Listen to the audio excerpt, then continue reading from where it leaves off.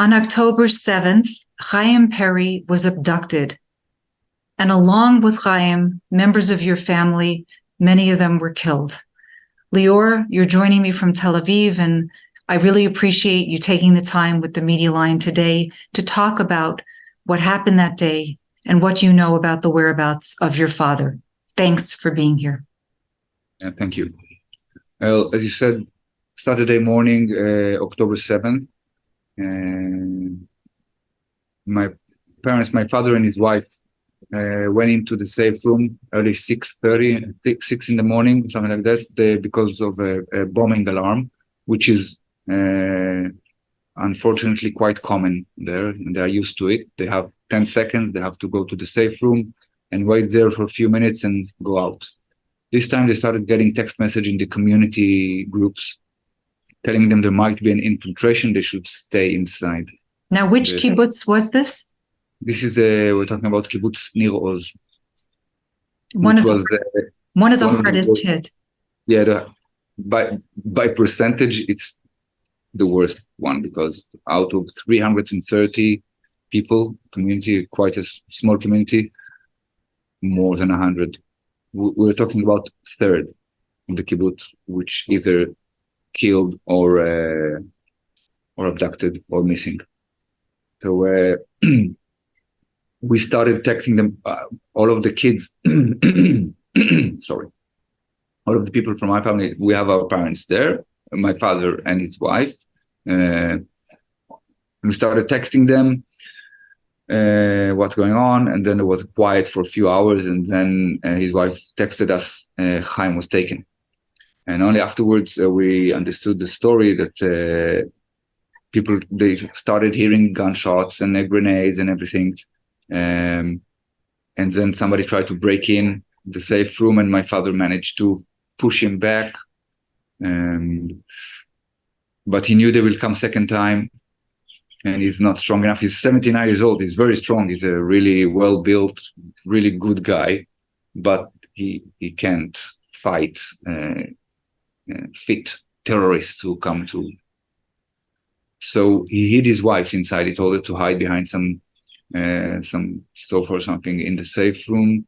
It was dark. There was no electricity because the electricity went out. And when they come second time, he went out willingly. And by doing so, he saved her, because they thought that he was alone there, because he went out. And then she heard them telling him, "Don't resist. We're not going to do anything to hurt you." And they took him away. And the safe room door remained open, and she was inside. She heard them coming another time and trashing the house, looting and breaking everything. And she hid there, trying to turn off her cell phone for nothing to happen, and tried not to breathe. As she said, she said, "I tried not to breathe." And she's not a young woman. She's 71 years old. And she hid there for 4.5 hours, almost 5 hours, until the police came and rescued her. That's our luck. This is our small miracle that at least she survived. On the same kibbutz, in the same day, in the same attack, my brother from my mother's side, who is a British citizen, who lives in Berlin now, he came to Israel as a tourist with a German friend he had named Caroline Boll. My brother Danny Darlington. He's a British civilian, and he came to visit us as a tourist.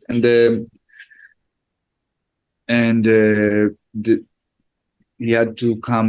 He was supposed to come back to my place in Tel Aviv on the Friday before, and he managed to find a ride, because he wanted to stay one more day, because he really liked the place and really enjoyed it, and said, "Okay, I'll just stay one more day, and then I'll come on Saturday, and he'll drop me in the airport on Saturday evening, and that's it." And I haven't seen him in this visit, because when he came to my house, but I was abroad, and he was with my wife and girls, and they had a lot of fun, and they really loved him coming to our house, because he's 34 years old. It's the young and cool uncle from British guy who lives in Berlin, and they really loved him.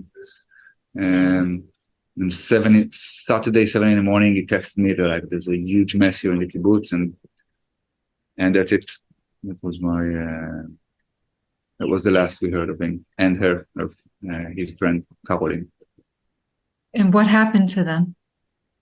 They got shot or killed some way. I didn't bother to find out how they got killed, but they got, like many others in this kibbutz on this day, they got murdered. I'm very sorry. Very, very sorry for your loss. Did you hear from your parents at all when they were in the shelter? When they were in, there was a time when Osnat, my dad's wife, when she shut down the phone because she didn't want anything, and only she opened it for a second and texted one of the kids, Chaim has been taken, and that's it. And we immediately called the police. We called everyone we knew. We called we were helpless. We were sitting here in the middle in the center of Israel, and we're trying to assist. A horrible terror attack happens in the south, and we were so sure, that the army will come any second. It's not, the army is there all the time. We were convinced they will come. Actually, the first people who arrived at the kibbutz were police forces. And when the security forces came to the police, there was no terrorists inside the kibbutz anymore. Like, they finished the job and went. Not like there was a fight with them, because in other places, maybe northern places, or I don't know, but there were fights with them. The army came in, they had to fight with them. But in Iroz, they were just scanning the kibbutz to see that there was no one there. It's we still don't understand this. They've been neglected. They've been deserted. We don't have any other explanation for it. Has anyone been in touch with you about the whereabouts of your father? No, up until the release of Yocheved Lifshitz and Norit Cooper, we had no idea if he's alive or where he is. And then after she was released, she talked to her family, and her family gave us a message from her that he's alive and well. That must make you feel very good. It makes me feel very good. And I was afraid to publish it. Maybe it will hurt some chances, but now I'm sure I must publish it, because I have to tell the Israeli government, you have no responsibility over him. Now that you know he's alive and well, him and his friends, they are there, they are alive and well. And now this is your responsibility, not to do a double mistake, neglecting him for once, allowing terrorists to walk in freely inside the kibbutz. You've probably seen the video. They're walking, taking their time, thinking what we're going to kill next, what house we're going to burn, what we're going to loot. It was horrible for me to see. I've lived there all my life, okay? From until I was 20 or 21, I lived in this kibbutz, and it felt safe. This is a house. When you're in the kibbutz, when you're a kid in the kibbutz, everywhere you go is your house. So everywhere you go is safe. You know all the people. There are no strangers. You know all the places. You know all the houses. It's your house. It's your place of security. And for me to see those images of terrorists walking inside the kibbutz freely, and they're walking without any haste. You're just walking as if, thinking, what else can we do? It's horrible. The sense of betrayal is horrible. And now my government is not doing enough to release them, to fix what they've done. They're not doing enough. And I'm afraid that they're actually doing damage, okay? Not helping and doing nothing is what this government is known for. It's okay with me. But inflicting damage now on the chances of releasing the hostages, that's too much. It will lead us to explode. It will lead us to, I don't know what. I cannot find the words to describe the anger. Lior, has any government official approached you at all?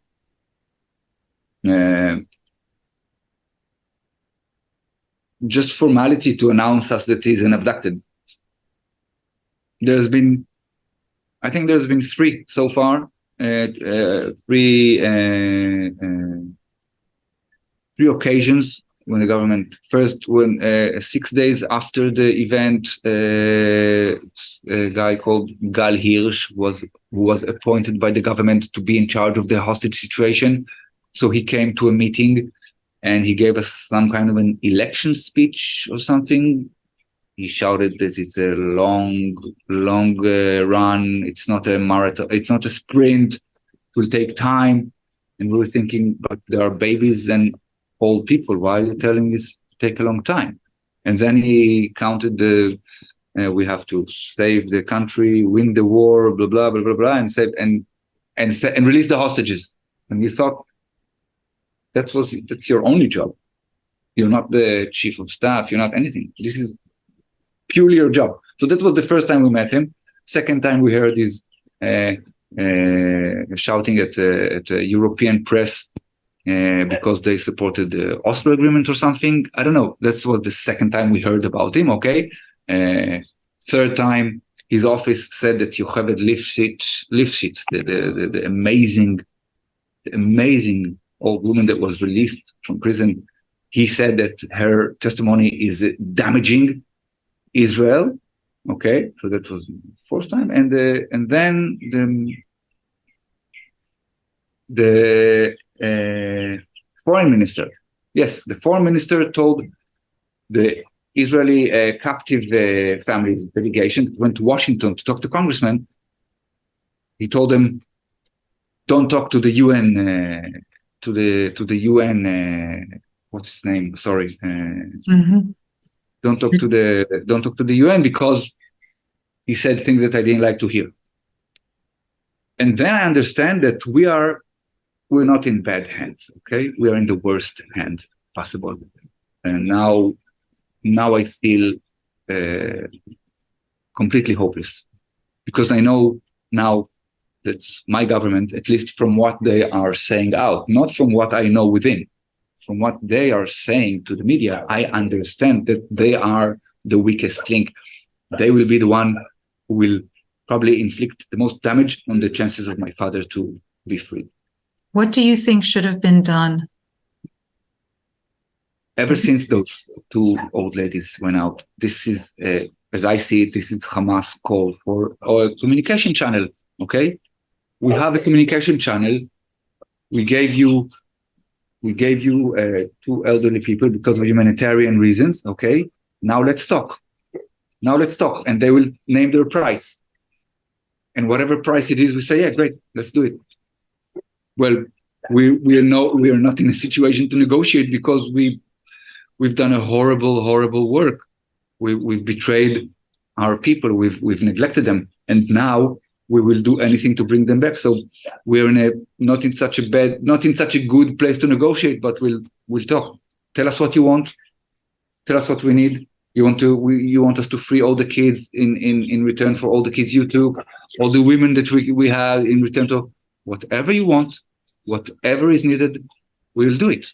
That's the only thing the Israeli government should have done after this huge mess up. I'm not going to use any bad language, but after this awful situation, it's the only thing we should have done. And of course, I'm relying on them to do the opposite. You know, Lior, you brought up children. How many children are abducted right now from the kibbutz you grew up in? I'm sorry, I don't know the exact numbers, but anything above 1 is horrible. Okay, and we're talking about 2-digit number. I don't know if it's 16 or 20 or something. I don't know how many children beneath the age of 16. And it doesn't, maybe I don't think about it because I have kids of my own and I cannot imagine. Cannot. Many kids were murdered as well. Many children were killed. Yeah. I mean, since you have seen the horrors, I mean, everybody saw the horrors, okay? So the only thing we must do is help the one that we can help. It's so clear. It's so clear. I don't understand how isn't it the only thing? And it's not only because of my old father being held in captivity, okay? It's the only logic thing that we can do. We've seen the damage. We've seen it, okay? Have you gone back? Have you gone back to the home where you grew up? No. First of all, it's impossible because it's still closed. And second, I've seen some pictures and I've seen some TV reports and I don't want to go there. I really, really don't want to go there. It's not going to help me. It's not going to do anything good. I just don't. It's like looking at your burnt house. I mean, what good will it do you? I have beautiful memories from this kibbutz and beautiful present memories from nowadays as my girls go there to visit their grandparents. Okay, so no good will come out of me watching this thing. The only thing I need to do now is remind my government the only job it has, the only, not banging the war drums, not planning the infantry, ground invasion, all of this. They got mixed up, okay? They forgot one thing. They need to fix the ungood they have done. They first need to fix it. Only then they can do whatever they like. We don't think that. Do you think they should go after Hamas, after what Hamas has done? Do you feel this is correct? They can try and go after whoever they like they did in the last 20 years. What good did it do? Where did it get us? I mean, Israel went out of the Gaza Strip so they could become an independent country, but of course it never did because we prefer that Israel had all of its political preferences. Maybe we should give money to this. Maybe we should make this one. I don't know. They were doing wrong for 20 years, okay? And for 20 years, it was an ongoing situation, bombing and throwing bombs on Israel. Then we're coming in, we're killing a bunch of young kids from both sides, soldiers, civilian, okay? And repeatedly, I lost count. I don't know how many times Israel done it in the past 20 years, but it doesn't make any sense, okay? But trying to achieve a different solution by doing the same action is the definition of insanity. Right? It's not my. I think it's someone else said it. I don't remember. Lior, the world is looking at what happened, and many people are just appalled at the way that Hamas came in. Mm-hmm. Yeah, they are barbaric, horrible thing that they have done cannot be justified. Of course, it is inhumane. It is horrible. The horrors I've seen. I was going through the social media and in the worst places just to see some pictures of my father. I really dived into those horrible places and the pictures I've seen are horrible. But it's not the point. We're not trying to justify our enemy acts, okay? Because this is what the enemy does, okay? Doesn't matter how brutal he is or doesn't matter how barbaric he is. We now have one goal. And by fueling this and showing how much Hamas is barbaric, I think everybody understood already, okay? Even the most pro-Hamas people or and I'm not saying pro-Palestine, pro-Hamas people, I'm sure they understand the horrors. They know the horrors. I mean, the pictures were shown all over the world. And it has nothing to do with the situation we are in, because we need to fix what is fixable, okay? I cannot undo. My brother will not return because of their horrific and barbaric acts, okay? My brother will not return. My father might will. So let's work this way. Revenge is a horrible feeling, and it leads nowhere but to more death. And I have to ask myself, is this what I want? I've seen the barbaric acts and everything, but do I want more death? at all.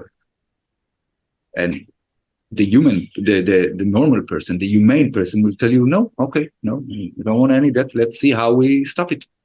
We didn't manage to stop it in the last 20 years. Let's try something else. Let's go through it in a different approach, okay? I don't know how. I'm not sure.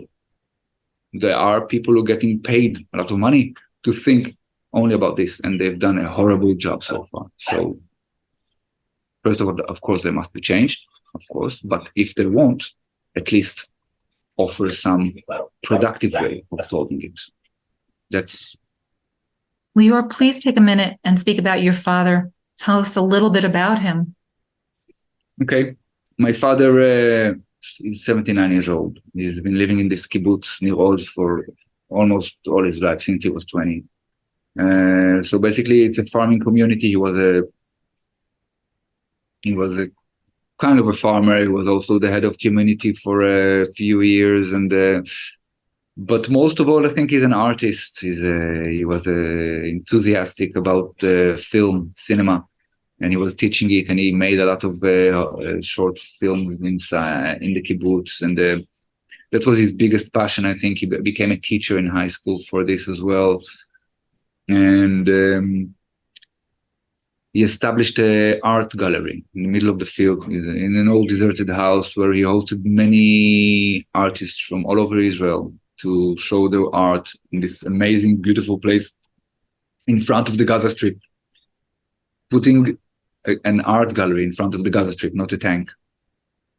And beside that, he was a really enthusiastic peace activist. After finishing his duty as a soldier, like every other Israeli, he had the unfortunate luck to be in all the big wars of Israel. So when this was over, he became a peace activist. He said, I've seen the war and never again. This should never be the way. And he was doing demonstration and arguing with people and helping political campaigns that served the purpose. And he always was a peace activist, always believed in peace, no matter what. And when he grew a bit older and he got a little bit tired of demonstration, he volunteered this amazing organization called Road to Recovery. And Road to Recovery is an Israeli organization that's driving patients, mostly kids, from the Gaza Strip to hospital in Israel for medical care. And it was him and another big group of retired people who are ironically in those abducted group. They were part of Road to Recovery, driving sick people and sick kids to hospital in Israel.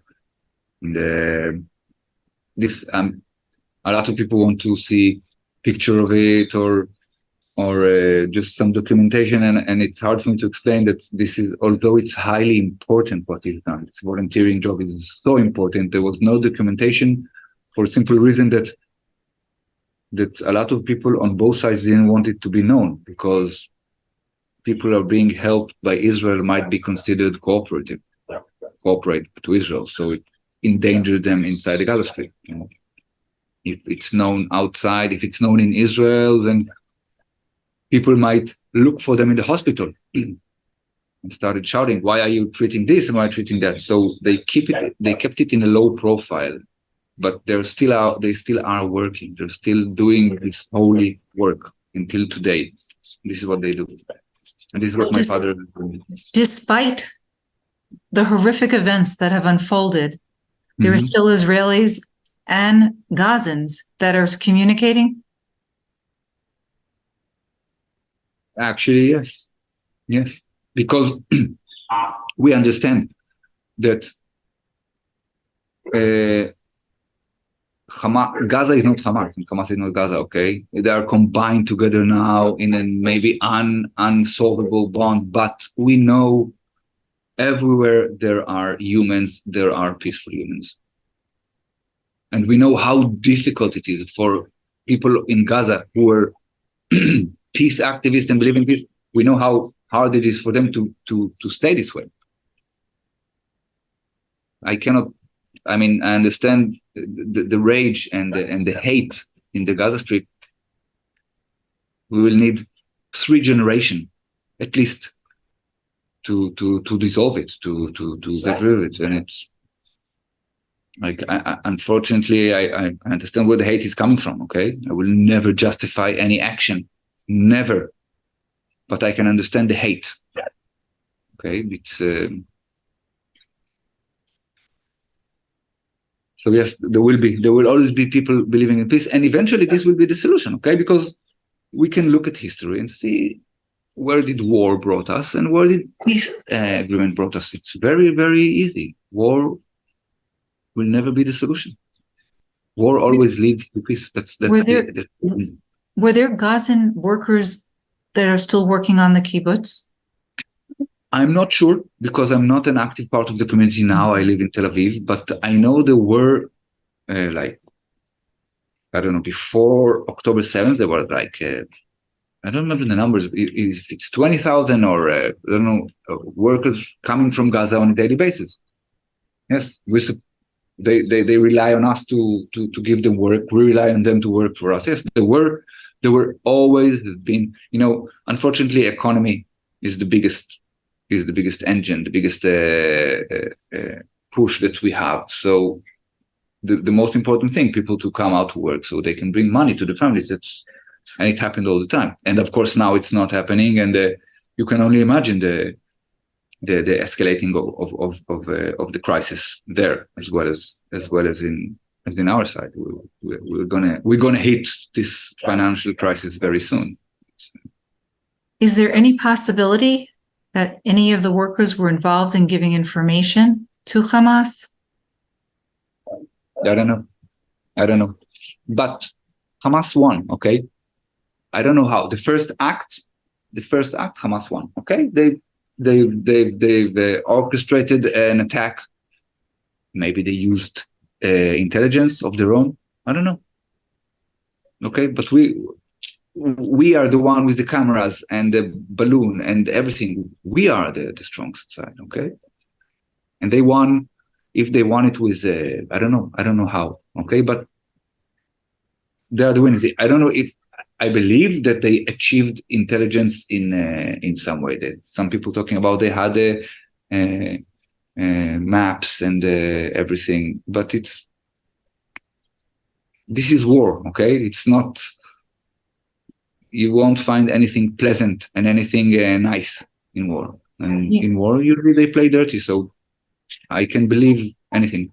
You mentioned, you have children. How do you explain this about what happened to your brother and where your father is now? Yeah, that was one of the most difficult things to do, because one of my girls asked me, why did he kill Uncle Danny? He's not even an Israeli. Why did he kill him?